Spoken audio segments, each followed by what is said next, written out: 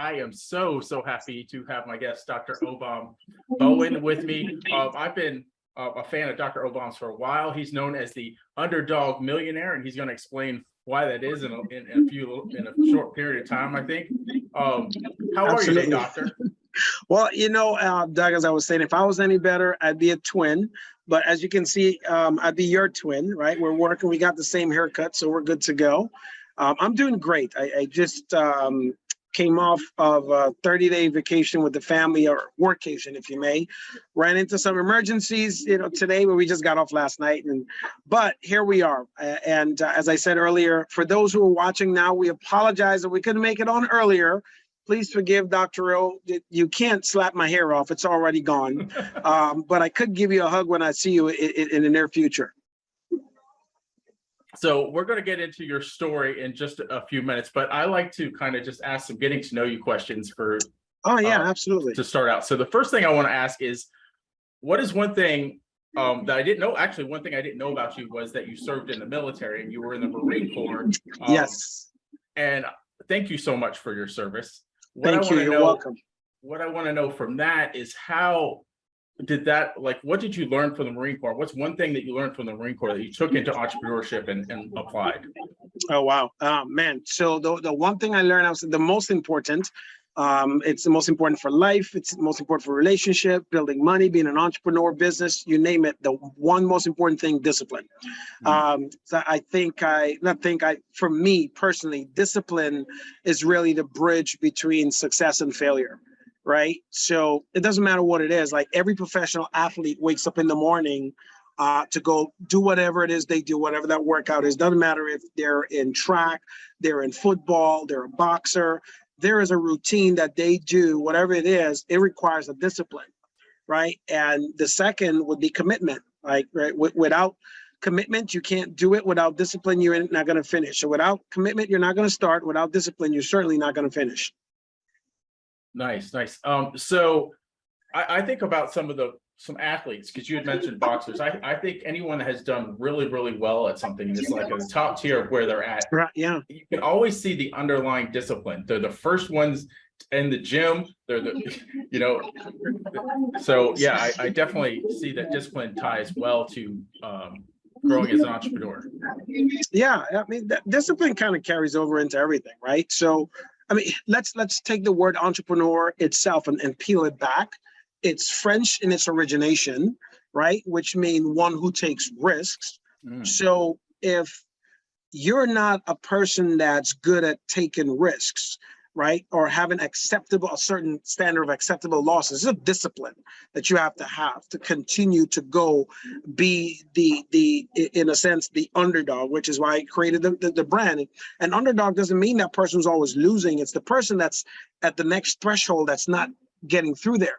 And it takes that discipline day in, day out, minute in, minute out, moments in, right, to keep going and keep, as they say in this modern vernacular, keep grinding it out or go beast mode for a sustained period of time until they break through that ceiling, right? 90% of the time, that ceiling is a mental ceiling, right? Whether you're earning 10K a month, 100K a month, 500K, you have to have the right mindset and the discipline, right? So the skill set is okay. Like, everybody wants the skill set, but if you don't have the mindset and the discipline to continue it, it's not going to happen. Oh, we are so on the same page with that. I love that. Yeah, it is not going to happen, brother. Nice. Another thing I want to know is, outside of your family, because I know if I ask this question, the first thing would probably be someone in your family. What is one relationship that has had the most impact on your life? Oh, man. So my absolute favorite person on planet Earth, his name is Vinny Cochran. Literally, there was a period in my life where I was homeless, contemplating suicide for 2 years, literally had a 38 to my head several times. Vinny, he's another Marine also. He served for 30 years in the Marine Corps. I served for 20.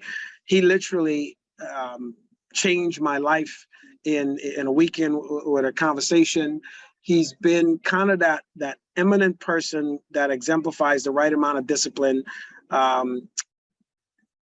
Leadership was his thing. So he served for 30 years. 15 of those, he was at the top position, as high as you can get in the military. He was at that position for 15 years. So half his career, he was at the top, working with, so the man is probably one of the most humblest people that you'll ever meet, and like zero ego.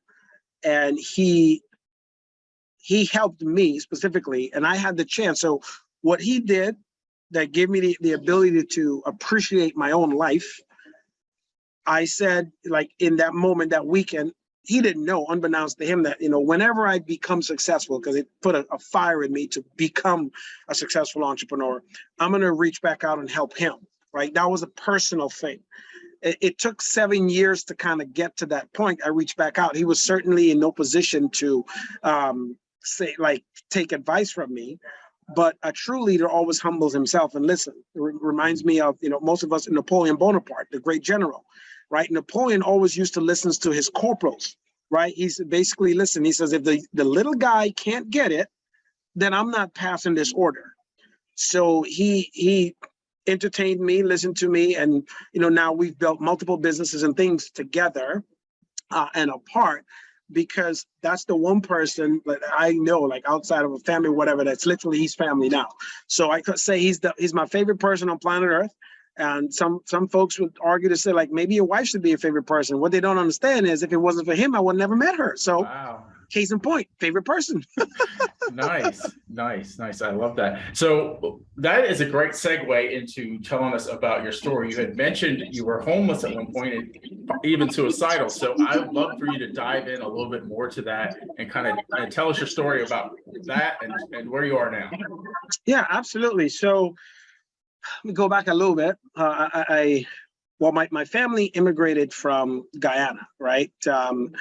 I was doing an interview recently, and when I said Guyana, someone was like, "Oh, wow, I just came from Ghana." Not Ghana, Guyana. That's in South America. Ghana is in Africa, right? So we only learn from things we do.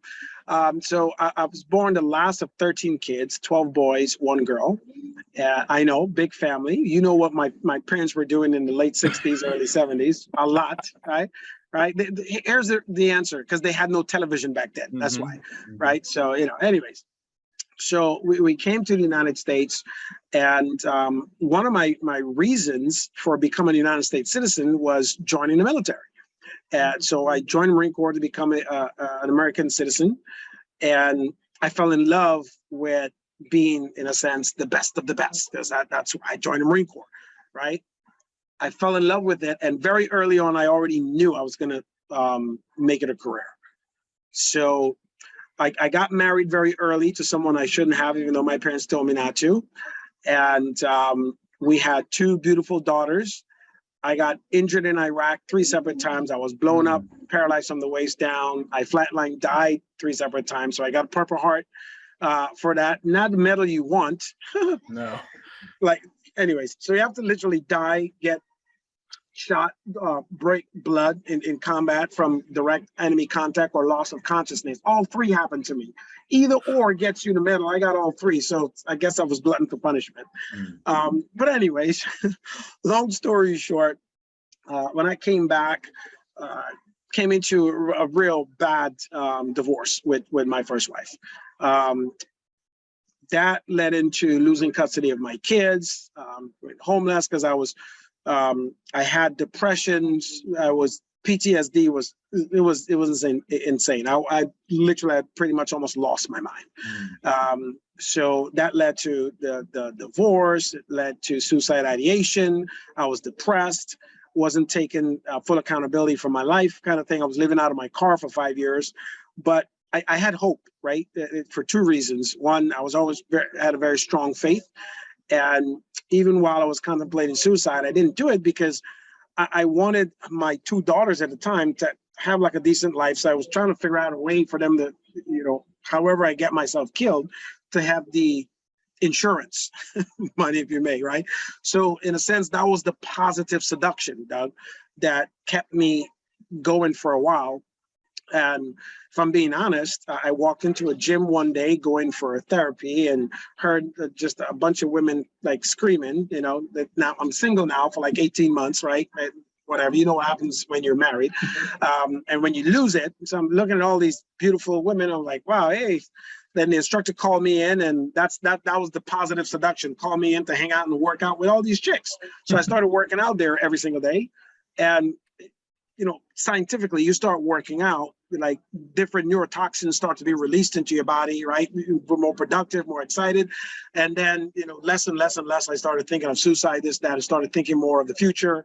Eventually, I'm sitting one day depressed. I'm crying in my storage facility where I was there in California. It's in August. I couldn't afford to even afford one with air conditioning. It was a non-air conditioned unit outside. It's like 2:30 in the afternoon, hot in a zinc. Anyways, I'm sitting there on this box, sweating, crying, frustrated, for lack of a better word. I'm ticked off at life.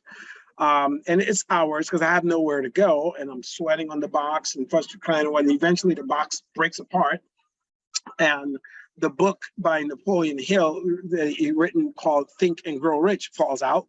So I, picked the book up. I started reading it, which is probably what I should have been doing in the first place, right? Changing my philosophy. So I started reading the book, and I started reading about desire, and I realized desire is a thing that keeps you up late at night and wakes you up early in the morning. My desire was to leave a legacy, something for my kids. When I started reading and diving into the book, and it talked about the power of autosuggestion, which is basically spaced repetition, kind of repeating affirmations, all this stuff, right? I'm like, this is crazy. So I had the opportunity to start a network marketing business, which at first I was like, this is a scam, people taking money, all this stuff. And I was like, yeah, whatever. But in that moment, I realized, like, listen, I got nothing else to do. I should at least try it. Don't knock what I don't know, because the moment we say no to things we don't know, we're just choosing to remain ignorant on that subject, right? And the fact is, Doug, everybody's ignorant, just on different subjects, right? Some things cross over, like to the mathematician and the scientist. Hey, you got some common ground, but to the mathematician and the English major, they're worlds apart, but there's still some things that cross, so they can teach each other. Anyways, long story short, I got involved with the direct sales industry, network marketing, and three things I realized. I had to change my mindset, right, which was basically my philosophy. Your philosophy is everything you know, how you hold, and how it affects what you do. So if you change that, you change the outcome. So then I had to get around the right environment of people. So doing that with a network marketing people, I started realizing they're all reading books, they're all doing all this stuff, they're all happy and excited. I hated them in the beginning, I really did. And they're all too damn happy, right? But then I realized the brain chemistry in their brains changed differently compared to mine, because I wasn't feeding my brain. I wasn't nurturing my brain, especially I didn't have specialized knowledge, right? Which I was ignorant to growing and becoming financially free. Then I think spiritually, I was like, listen, even the Bible says, my people perish for the lack of knowledge. More so going a little deeper, the lack of specialized knowledge. So I'm like, okay, great. Let me just start reading these books, do what they say. Maybe the results will come, right? And I was being a smart ass about it, to be honest with you. But the spaced repetitiousness of reading and putting more books along the same subject start to give me a different awareness. And when you have different awareness, you have different choices, you take different actions to create different results, right? 3 to 4.5 years later, I started earning my first 100K, and then, started learning how to multiply that. And at every level of income, there's a different level of knowledge that you need. So I started realizing that's the formula. So instead of just, if there's 60 books that I have to read to get the knowledge to earn $1 million, my brain then started looking to find the guy or girl who read the same 60 books that could teach me that book in a short time, instead of trying to read the 60 books. Now, I'm still going to read the 60 books, but I'm going to pay this person for their knowledge and experience to shorten my growth curve, in a sense, to give me the cliff notes. So I can go, and then as I read it and I'm doing it, it all makes sense. So that's what I did with my journey. I started learning to pay the mentors, the gurus. I've taken, I can't tell you how many courses, right? And went to how many programs to get the knowledge and experience, and then read the books to kind of bridge the gap. I love what you just said there about bridging the gap and the shortcut, right? Because a lot of people, they just continue to read and read and read, and really they need to search a mentor who has already been there, then they're going to go even faster. Yes, reading is good and getting the skill set and the know-how, but if you can get someone that's already done it that can help you get there faster, that's huge.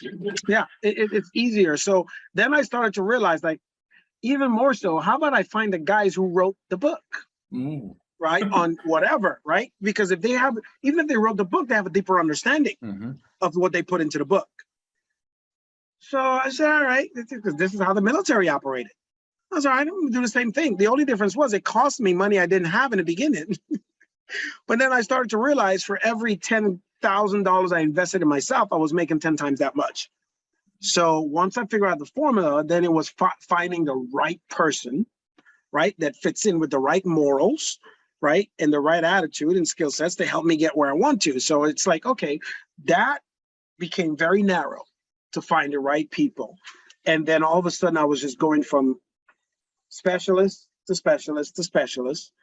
And the what would have taken me maybe 10, 15 years became about 7 years.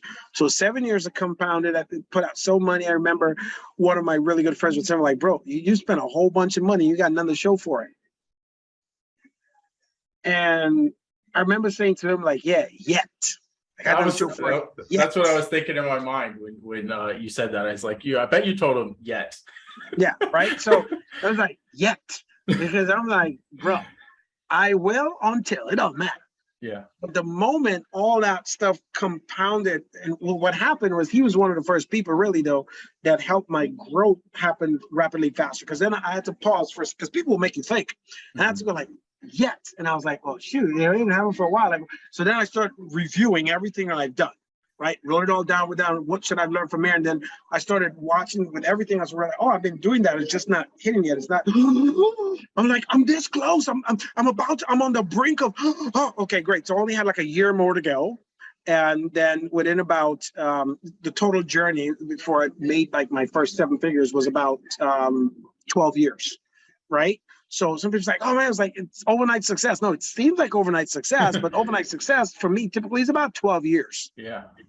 Wow. I want to talk about something else that you brought up there just briefly, and it was about alignment, right? There's a lot of people that can teach you a skill set or that you can mentor you or you can follow, but I think being in alignment spiritually, agreeing to the way that they live their life is probably very important. So yeah, can you speak on that? Absolutely. That congruency is very, very powerful. I mean, let's look at simple things, right? So I'm a family man. So 3 things. Number 1, I won't do business with someone who won't really accept how I do business. Thank God for COVID. It made things a whole lot simpler because my now 4-year-old, remember, she's a COVID baby. She was barely 18 months when COVID started. So she grew up in my lap. You remember, I was traveling, speaking at events on a weekly, bi-weekly basis around the country, around the world. My family would go with me. And so my wife and my daughter, we called it pool setting. So we would travel, do whatever. I would be speaking and training. They'd be at the pool chilling, right? Hanging, or every now and then my wife might come in and watch what I do. But while we were home with COVID, I sat my daughter on my lap and we were doing business. So she's so used to the moment a Zoom comes on, which is why I'm in the hotel lobby. We just flew in from Jamaica last night, right? She's upstairs with mom right now. I don't know what they're doing now, girly stuff, right? So if she was here, she'd be sitting right here. And some folks still feel some kind of way when you're doing business having kids there. And I'm like, number 1, I'm teaching my kids generational wealth. She can't learn unless she learns. Mm-hmm. So she observes and get that in. So I'm very coming back to that alignment. I'm not going to do business with someone who doesn't embrace family values. Now, you don't necessarily have to have a family, but if you don't see the benefit of family values, like we can't do business because my family is going to be there. My legacy is going to continue with or without me. With me, if I teach my children what to do. Now I have 4 kids. I got 3 adults and my little 4-year-old. The adults are doing extremely well because I followed the same formula with them when they were younger. So I'm not going to change that now. I'm just more vocal about it today. because I don't have to do business with anyone I don't want to do business with. The second is philosophically, if you're not in the right mental space, right? So I only connect with growth-minded people, meaning those folks who are still in their process going, it doesn't matter how much you've made, earned, where you're at. It could be relationship, financially, spiritually. If you have arrived, that means you've stopped, means you're stagnant. That means you're associated with me. You're going to help me to do the same thing. I don't want that. So if you're not still moving forward, kangaroo, right? Yeah, yeah. And the third is if we're not spiritually aligned. Now, we don't have to have the same religion. I don't care what religion you are. If you have a respect and honoring of your faith and you're going to have the discipline to do whatever your faith requires, we're good. But if you're not doing that, like, we can't. Because at the end of the day, the truth is there's one God and hundreds of religions. I don't care what religion you are, we also have the same God. It doesn't matter, right? So whichever road you take, as long as we're heading down the same path, Yeah. those are my three, right? Nice. So you're so good at setting me up for these segues for my next question. So my next question, you have written a book that's, I don't know if it's out yet. I don't believe it's out yet. Why Christians Are Broke, right? Yeah. So if you could, I know you probably don't want to give away, if it's not out yet, especially, you don't want to give away everything that's in the book, but if you could kind of expound on what the book's about. Yeah, absolutely. So the book is in the pre-launch phase right now. It's actually just in the final phase of being editing to be produced, right? So we're pre-selling right now. What we're giving folks who purchase through the pre-sale, which is less than the cost of the book right now, they're getting the first chapter, and the book we're actually going to release and do the full grand release next summer, right? So I believe in June, and we're probably going to do it in Vegas. So the book is called "This Is Why Christians Are Broke." It answers the question why majority of Christians are broke, produces the answers, the mindset, the philosophy, the things that we miss. So for example, you look at a lot of the very successful Christians who identify as Christians today, like Tyler Perry, Oprah Winfrey, Joel Osteen, Bishop T.D. Jakes, right? Many of them, like, what makes them different than those who don't? And here's the sad, staggering truth. They read the Bible more. Wow. Right? Here's another staggering fact. 87% of Christians don't read the Bible. And yeah, I know. And a lot of them, when I said, like, I read the Bible, no, you quote scripture. There's a difference. But you don't read it. And the Bible, like, I love acronyms from the military, right? The Bible, basic instructions before leaving Earth. If those are the instructions to live here and become bountiful or wealthy, and you haven't read it, how are you going to be? Yeah. So, right. The book answers a lot of the faith. It also goes over a lot of the misnomers, a lot of the misinformation we've received or we've been conditioned to believe.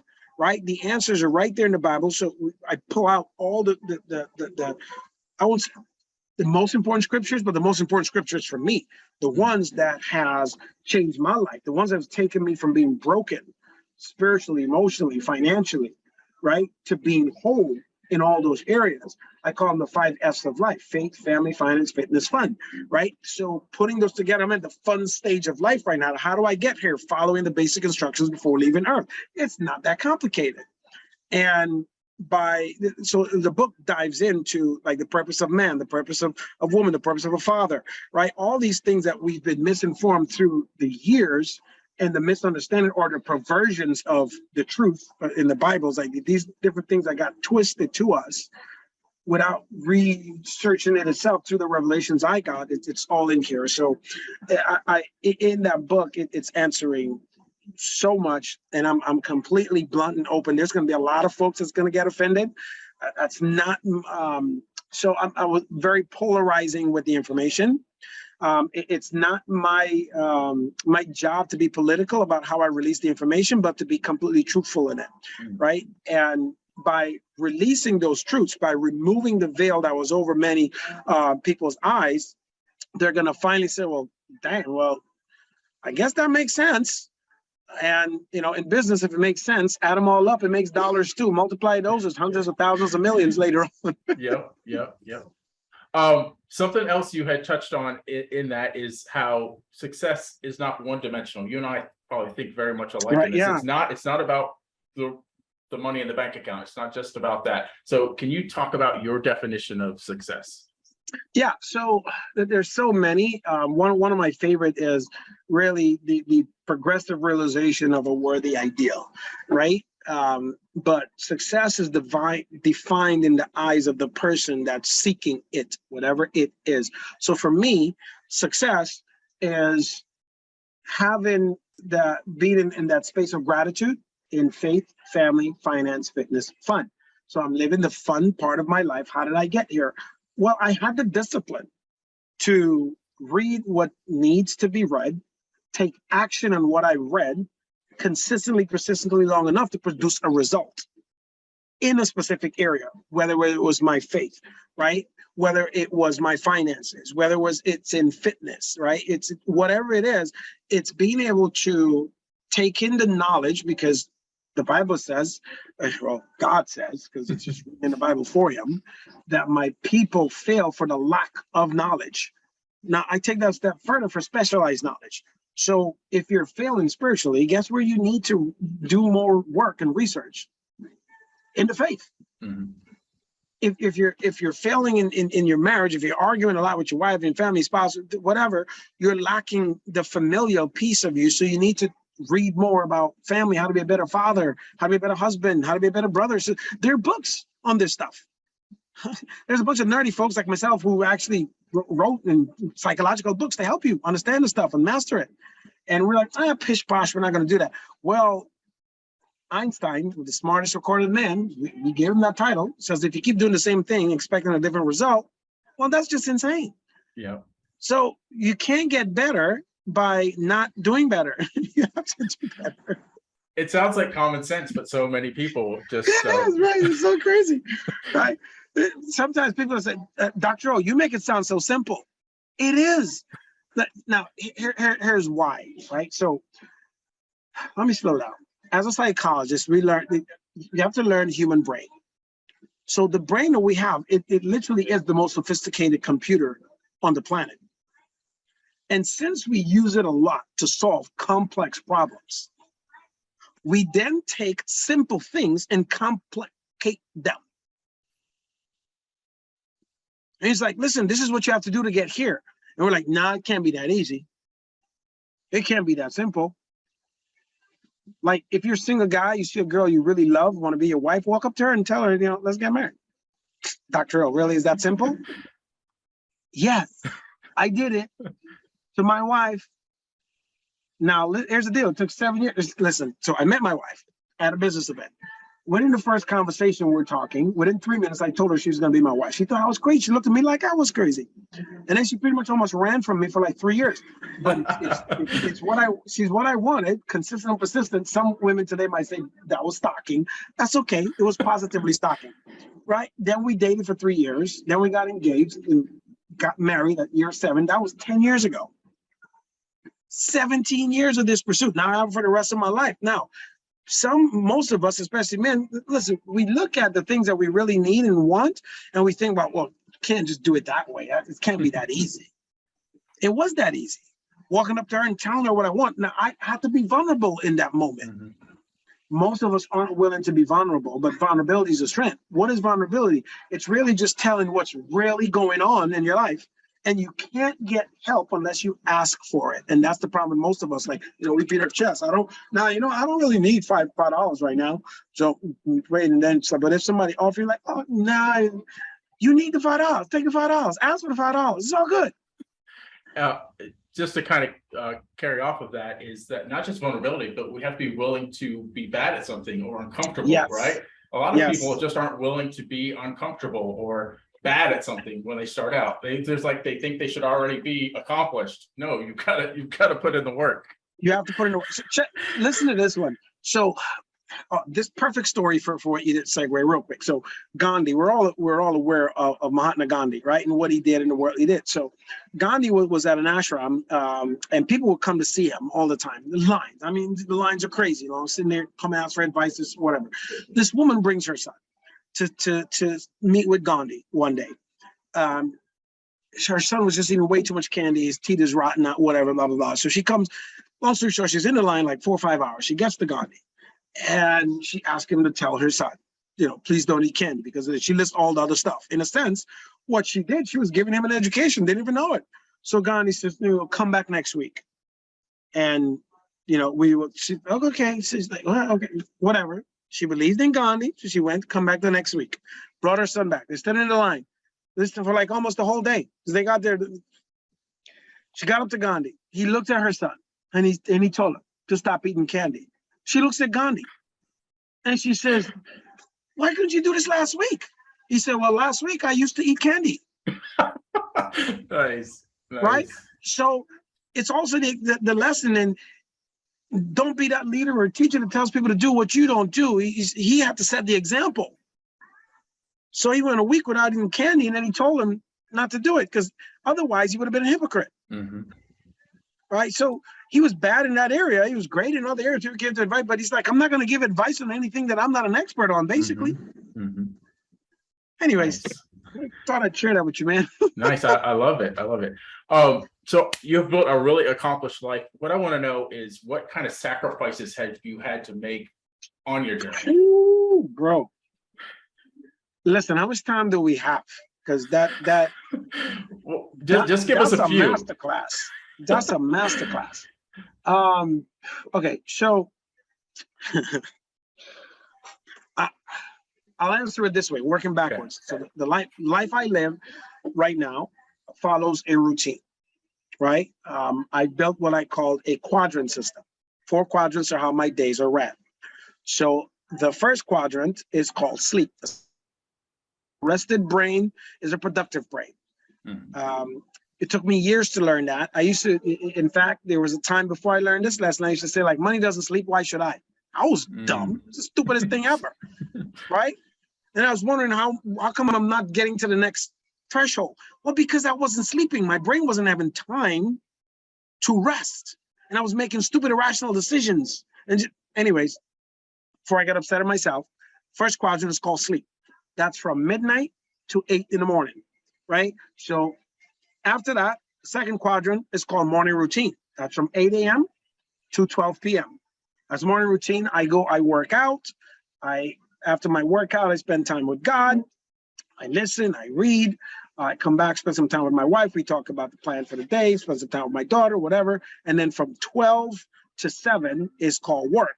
So I work from 12 to 7, doing all the stuff that I do is in between 12 to 7 during the day, right? And then nothing interrupts either of those quadrants. You don't get me doing anything else. It's not in the quadrants that set aside for that.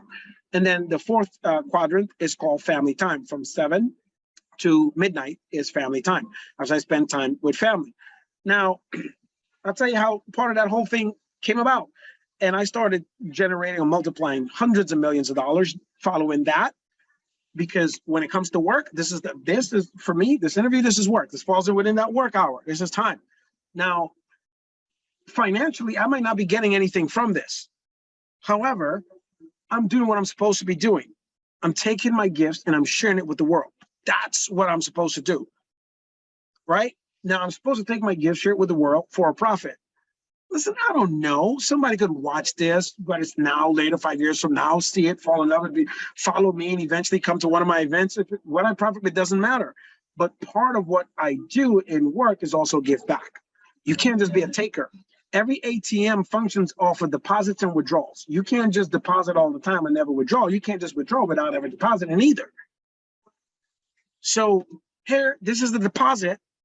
Somebody's going to withdraw and get out of there. My heart's going to be good. You can't ever take back how good I feel. That's a great deposit. So whatever somebody gets out of this is a great deposit for me already, even though I'm depositing into them. It's reciprocal, right? That's one of the laws. So to answer that question, I've created a routine. Success is found in your daily routine. Now, I advise everybody to create their own quadrant. It doesn't have to fall within the same hours lines of mine do, but we all have to sleep. You all have to spend time with your family. You don't have to, but I recommend you do if you want to keep them, right? So Yep. You have to spend time with your family, and you got to get your mental, physical, spiritual, emotional health in balance. So you got to take that time to do it, and you got to work, right? Because we ain't going to live from bread alone, but from every word that proceeds out of God's mouth, plus what we do from sweat of your brow. That means you got to go to work. So I created mine based off of a spiritual principle, right? I teach that, and we can go more in depth in that, but all of that comes back down to the question you asked, right? It's like, how do I got to where I'm at now? When I got disciplined enough, the price I was willing to pay was to create a schedule that is not breakable. Now, here's what happens. The universe bends to your will when you actually decide what you want to do. Now, here's how it bends to your will. At first, it's going to push against it like there's no tomorrow to make sure that that's what you wanted. So if someone says, like, you know what, this year I want to earn $1 million, everything is going to pop up. That's going to be a great distraction from you having the discipline to stay focused, right? And for me, since I love acronyms, focus means follow one course until successful. So if you said, this is the course I'm going to follow until I'm successful, you're going to have 87 or more different distractions, probably a day to distract you, until you learn to calm the distraction and stay focused. And the best way to do that is to create a schedule.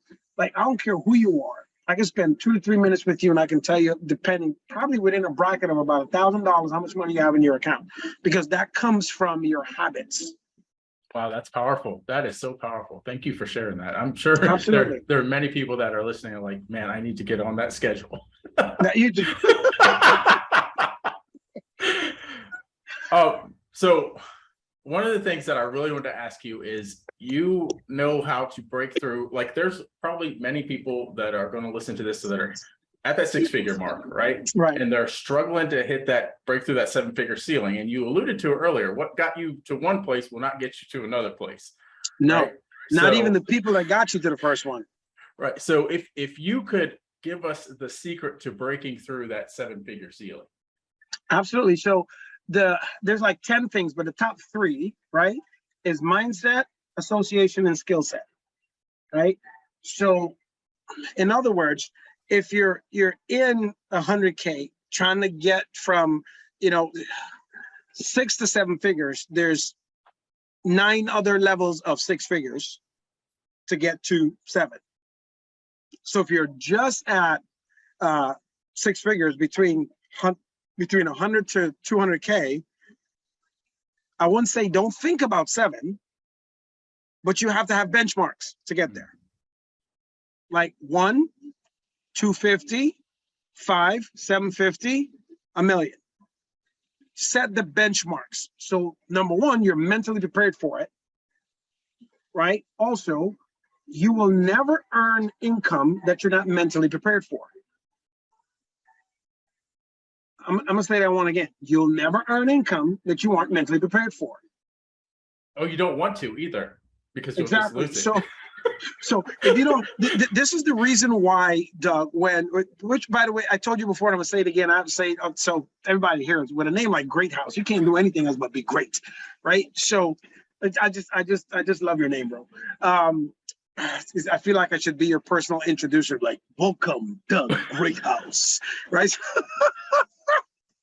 But anyways, this is why even the folks who play the lottery and win, before they get the earnings, they take them to a 3-day course of mindset to teach them all the things not to do that all the people who did before, they end up even broker than they were before, because they didn't have the knowledge to earn. So for example, if they were to take all my money right now, I could start over, and within 12 months, I'll crack $1 million like there's no tomorrow, because I do that shit in my sleep now. Pardon my French. It's just whatever. But it took me years to get there, and then figure it out. It's so simple now. It's like I don't not know how to do it. Right? 10, 100. That's easy. Well, it's not easy. I've done it so much, it became simple that I could do it in my unconscious competence phase. Right? This is why people say, "Oh, that's easy." No. You've gotten so good at doing it, it's now in your unconscious competent phase. There's 4 phases of competencies. First, you don't know what you don't know. That's the unconscious incompetence. Then you learn what you didn't know. That puts you into the conscious incompetent phase. Then there's the third, which is the conscious competent, which now you got to spend a lot of time doing it till it becomes second nature. Right? It's like when we were driving, if you didn't even think about driving for a while, and you got to a certain age, drive fire trucks, but you wouldn't think about driving a real truck. And then you get to a teenager age, and all you want to do is drive. So then you realize you didn't know how to drive. So then we have to make sure, listen, to get your license, the first time you get your license, you have to go and take a test to pass. After that, you just renew it. because we know you have the basic understanding to drive and operate on the road. It's the same thing of every income level. To get to 6 figures, you need the basic understanding how to do it to get to 6. Well, you want to get to 7, you got to get the basic understanding for that too. And it ain't the same as 6, because here's the deal. That was for 6, not for 7. So most marriages fail because the husbands and wives only, worked until they got the boyfriend and girlfriend stage, then they got married. Read a book on how to be a successful husband or wife. Go to a marriage relationship retreat or something, right? So to break through to that ceiling, you need to have the right mindset. But then you also need to be associated with the right people, the people who are already there. So find other successful marriages. Hello. Ask them what they're doing. It's like, I don't want to do what that guy does. Here's what most of the young marriages say. It's like, that dude is whipped, like his wife's got him doing whatever. No, he understands what frustrating his wife does. He's tired of sleeping on the couch. So he learned to negotiate. It's easy. It's simple. We all have to negotiate. Yeah. Right. So you have to have the right mindset. You have to be in the right environment. You have to have the right skill set. So it's not, most people want the skill set. Like, here's what I got to do to earn $1 million. It's the same thing. You have to learn how to multiply efforts and simplify your processes and systems. So the more I earned, the less I did, because I learned how to systematize, and I also learned leveraging. Right? Instead of, listen, people in the beginning, folks used to laugh at me at my idea of owning a company and giving someone, either 10, 30, or 50% of the company. They used to laugh at me when I give somebody 50% of my company, but they never understood my end game. My end game is where I'm at now. I got 8 companies. I have 7 CEOs who I don't really do much of anything with now, except for one. And I still get 50% of it in the first 5 years I worked. They're like, you're so stupid. Now, who's stupid now? Right? Who's stupid now? So it's the mindset, and you have to learn those 3 things. Get the right mindset, that'll get you in there. You need the skill set, but before you even focus on the skill set, get in the right environment of people who've already been there, done that can teach you, that can help you, that when you fall down, when you have a question, you ask someone who has the answer. Don't try to go, I'm gonna go figure it out on my own. Why? When you can ask someone who already knows. Like G.I. Joe says, right, knowing is half the battle. He was right. Get in the right, that's half the battle. But then you have to have the right action and be around the right people. Like they didn't send the A team with members from the B team. They send all the A team members, right? Yeah. I'm being facetious about it, but it's the fact, right? Everyone in the team had a different specialty, and without that specialty, the team was not successful. So what I learned is, oh, wait a minute. In my business, there's no way for me to just be a solopreneur. That's dumb. I need a team. I need people to help me do stuff. So then other folks are like, but you have to learn the things that you're not good at. You got to get strong. No, I either hire my weaknesses or I partner with them. Like, listen, if I'm not good at it, I'm not a good copywriter. But listen, all my funnels, websites, they have great copy. Why? Because my CEO is a copywriter. Yeah. Why try to learn? My skill set is complicated is simplifying the complicated for business. So I do that. I stay in my lane. I hire what's not that needs to make my whole business full, and I just enjoy life. No, don't work on your weaknesses. Work on your strength. Very, very, very smart. Yeah, I think of a lot of solopreneurs that are like, oh, I just want to do everything myself. You'll never grow. You'll never grow. You'll be tired as ever. Be tired. Be tired. Yeah. It's like, how's your business? Oh, it's going. Well, is it gone yet? Right. No, it'll be gone if you're doing what you like. For example, for the average coach out there that's starting a coaching business, guess what they want to do most? They want to be coaching. But guess what they're doing? They're worrying about ads, marketing, this, that, all the other stuff. Yeah. So listen, here's the deal. If your business is generating $1 million as a coach, but you're taking home 100,000 because you're paying 900,000 to 9 other partners, but you're only doing the one thing. If you want to take home $1 million, just 10x your business. But don't try to take right? Don't make $1 million and be exhausted. Right? And you can't even enjoy it. It's like, right.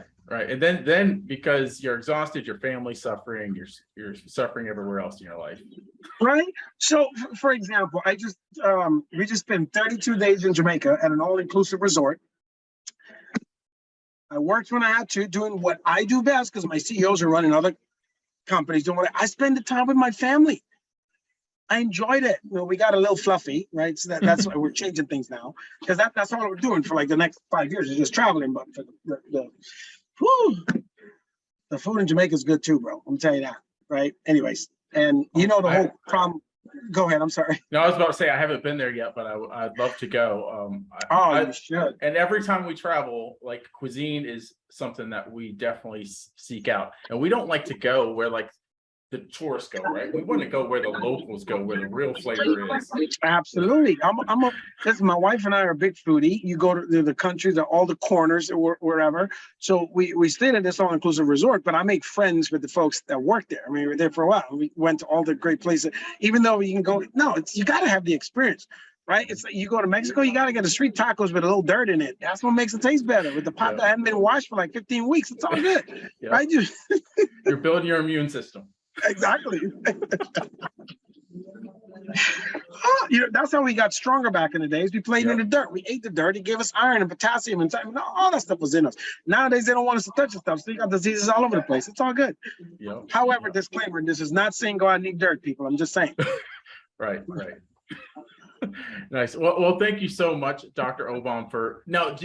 I know it's late in the interview, but what do you prefer being called? I was thinking Dr. Obom Bowen. Do you like to be called Dr. O? I heard you refer to yourself Dr. O. Yeah, well, over the years, most folks just call me Dr. O. Okay. It's easier. It's the thing. It's like whatever you do now, everybody just refer to me Dr. O. Even my daughter says, "Hey, Dr. O." Right? The other day, I was about to jump on the phone and do a live, and when I do it, I'm always like, "Hey guys, this is Dr. Obom Bowen." Right, and I put on the phone, about to do a live, and she runs over and she goes, "Hey guys, this is Dr.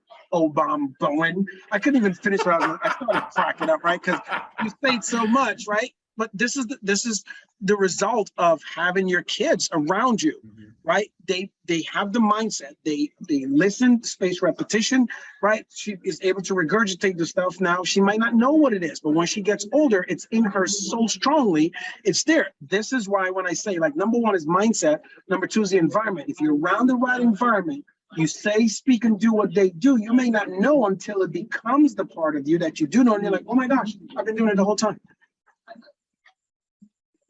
Yeah, awesome. Well, thank you so much, Dr. O. I'm going to call you Dr. O since I feel like we're friends now. Absolutely. Well, we're friends now. But listen, we got the same haircut. That's right. That's right. We're both part of the same hair club. Exactly. We're not only just members or presidents for the hair club for men, but that's right. That's right. So now what I would like to ask is for people to find out more about you, what do you have going on right now? What can they dive into and learn more about you? Yeah, it's a great question. Thank you so much. So I'm passionate about helping entrepreneurs, and 4 times a year we do 4 very special events called the Outcomes and Breakthrough Masterminds. The reason why it's called that is because people go for coaching so that they can help them produce better outcomes, whatever you want, more money, whatever, more clients, right? That's outcomes. Breakthroughs come from when you do masterminds. Right, so you have better ideas and put you into a more creative group where 2 or more mind comes together. It creates a third more powerful mind, right? So over the years, no one has ever really kind of bridged the 2 together. But what people really do when you go to get the outcomes, they're never really getting breakthroughs to the next level. Or sometimes when you get the breakthroughs, you don't need they don't get the skill set to kind of put them together. So I created the Outcomes and Breakthrough Mastermind to give people the outcomes, the breakthrough, and the action steps to accumulate that. So the next one of those events we have coming up in December 8th through the 11th in Miami. If you guys want to learn more, you can go to theobmastermind.com, right? THEOBmastermind.com. You'll find more on there. You'll see the next event there. Feel free to share the link with anyone else, or you can just find me on Facebook at, or Instagram, Dr. O Obom Bowen, or yeah, Dr. Obom Bowen. There you go. Find me there on Instagram. Obviously, my social media will have links to all the stuff that's there. But my passion is giving back, is helping. I want to help so many other entrepreneurs do what we've done, and shorten their learning curve and help them kind of step by step. That's really what, if someone chooses to work with us, that's what we do for them. We take the years and the books and compress timeframes for them. Nice, nice. So I will take those and put those in the show notes, whatever links that you want to give, or I'll find those links and I'll put those in the show notes below. Absolutely. And if you're watching this on video, like on YouTube or somewhere like that, those links will be also in the show notes or in the comments area. So, Awesome. And if you're watching it in the Entrepreneur Journey group, the links will also be there. So be sure to check out Dr. I feel like Dr. and I have become fast friends already. So yes, sir. I'm really excited about everything that he does, and I've been following him, and he's just a master. He's a master. So thank you. Appreciate that. For those of you that you've been following Doug, he's so humble, he's not going to say it. Doug's a master himself, and I'd be remiss if I didn't say, like, all the stuff that you're doing. We should chat some more offline too. I'd love for you to come out to our next event too, brother. But I want to help you take your brand to the next level. Let's figure out a way to do that too, man, because you're serving so many people, and sometimes when we're serving, not too many people are giving back or even seeing, because you're giving from a giver's heart, right? And sometimes when we're giving, we're afraid to ask. I'm gonna tell you right now, whatever Doug is doing and supporting, you need to support it, because the guy's coming from a place of abundance. Abundance is that place where we give, where our cup runneth over, and we want to give and spill over into someone else's cup till theirs run over too. So let's all have an abundance party. That's right. That's right. I'm all about that party. Absolutely. All right. Last thing, any parting words for our entrepreneurs? So the word entrepreneur, if you identify as an entrepreneur, and there's something inside of you psychologically, it might have been unconscious to you, that you're a risk taker. When you embrace that fact, and the word risk is just not saying being reckless. It's being willing to do what others won't, so you can have what they will never have either. Doing today what others won't do, so you can have tomorrow what they won't have, means that you're willing to take that risk. Even if you're working a job, like the person who owns the hospital for doctors and nurses, they took a big risk and invested hundreds and millions of dollars in real estate to purchase the hospital building, so they are handling a larger risk, so they get a greater reward. So when you understand that what you're doing is actually helping the economy, take bigger risks. If I could second that, I'm actually going to pull this off the wall. Say this to yourself every day. Today I will do what others won't, so tomorrow I can do what others can't. Yeah. That stays on my wall. So love it. Love it. Yes. So thank you so much, Dr. Obom. And once again, find out more about the mastermind that's happening in December. Say that again. What dates in December again? Yeah, the dates are December 8th to the 11th. And Doug, can I do one thing? I know it's probably all script, but I'll say, no, ladies and gentlemen, this is right. This is the entrepreneur's journey. You've been listening and following Doug Greathouse. I just love saying your name, bro. Nice, nice. I may reach out to you and say, hey, would you love to do a voice intro for my podcast? Hey, bring it on, bro. So you send up the script. I will do it for you. I will do it for you. Nice, yeah, nice. Absolutely. Well, all right. Thank you so much. And until next time, entrepreneurs, keep moving forward.